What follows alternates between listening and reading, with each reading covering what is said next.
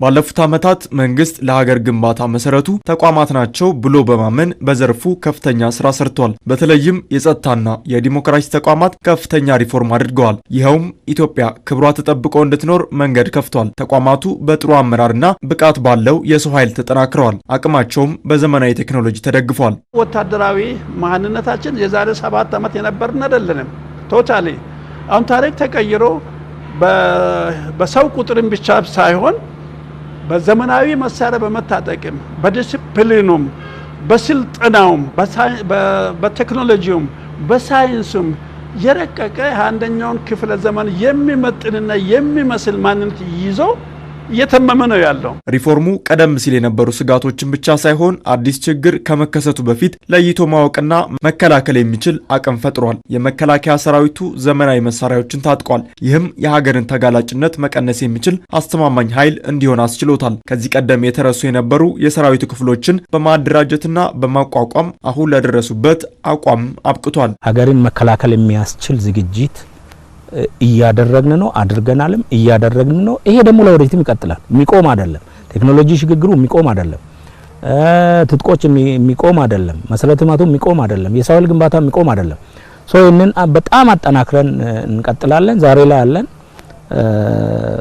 አሁን ላለው የሚመጥን እየተዘጋጀ ነው፣ ተዘጋጅተናል። ለወደፊትም በዛ መልኩ ይቀጥላል ማለት ነው። ከባህር ወደ መሬት ወይም ከባህር ወደ ባህር የሚቃጡ ጥቃቶችን መጀመሪያ ዲተር ማድረግ መመከት አንዱ ተልእኮ ነው። ቅርባችን ከሚገኙ የውሃ አካሎች ተነስቶ ወደ ሀገራችን የሚቃጣ ወደ የብስ የሚመጣ ጥቃትን መከላከል እና መመከት ነው ተልእኮ።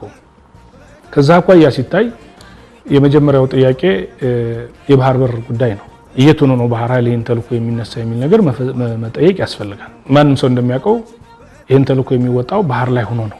ይህ ሂደት የጸጥታ ተቋማቱ የሀገርን ዳር ድንበር የሚያስጠብቁና ብሔራዊ ጥቅምን ለማስከበር የሚያስችል ጠንካራ አቅም እንዲገነቡ ማድረግ ዓላማው ነበር። ነገር ግን የኢትዮጵያ ብሔራዊ ጥቅም በድንበሯ ብቻ አያበቃም። በዘመናዊ ዓለም የአንድ ሀገር ደህንነት ከጎረቤቶቿ ሰላም ጋር በቀጥታ የተያያዘ ነው። ይህም ድንበር ተሻጋሪ አቅም በመገንባት ኢትዮጵያ ለራሷ ብቻ ሳይሆን ለቀጠናው ሰላም አስተዋጽኦ ማድረግ ያስችላታል። በተለይ አፍሪካ ቀንድ ላይ እዛ ውስጥም ተሳታፊ በትልቅ ቁጥር እየተሳተፈ ያለ ሰራዊት ነውና በጣም ተፈላጊ ሰራዊት ነው። ይሄንን አሁንም አጠናክሮ እየቀጠለ ነው ያለው። እሱ ብቻም ሳይሆን የሰላም ማስከበር ማዕከላችን ለበርካታ ሀገራት ስልጠና የሚሰጥ ሰላም አስከባሪ ዲፕሎይመንቱ ከመጀመሩ በፊት ስልጠና መስጠት የሚችል ኢንተርናሽናል ቁመና ያለው ተቋም ለማድረግ ስራዎች እየተሰሩ ይገኛሉ።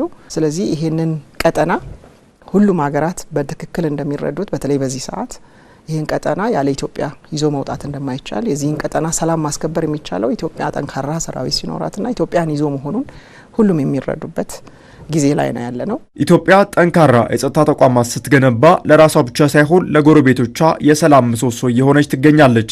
ይህ ሽብርተኝነትን፣ ህገወጥ ድንበር ተሻጋሪ ወንጀሎችን እንዲሁም የቀጠናውን መረጋጋት ሊደፍሩ የሚችሉ ማናቸውንም ኃይሎች መከላከል የሚያስችል አቅም ነው። ይህ የተገነባው ኃይል በቀጠናው ውጊያና ሽብር እንዳይፈጠር ሲፈጠርም ባጠረ ጊዜ ይቋጫል። ከሶማሌ ጫፍ እስከ ምጽዋ ጫፍ በባህር የሚያጋጥሙ ሽብሮችን ወንድም ህዝቦችን ደግፈን ሽብርን ለማስቀረትና ልማት ብልጽግናን በቀጠናችን ለማረጋገጥ ለኢትዮጵያ ብቻ ሳይሆን ለቀጠናው በቂ የሆነ ኤሊት ፎርስ ቴክኖሎጂ የታጠቀ ቴክኖሎጂ የሚጠቀም በድሮን ሪኮነሰንስ የሚያደርግ በካሚካዚ ምሽግ የሚያፈርስ በምሽግ ብቻ ሳይሆን በስትራቴጂክ ቦታዎች በሰላም ወረዳዎች ውጊያን የሚያጣጥፍና የሚያሳጥር ተቋም ኢትዮጵያ ስለገነባች ድፍን የምስራቅ አፍሪካ ሀገራት ድፍን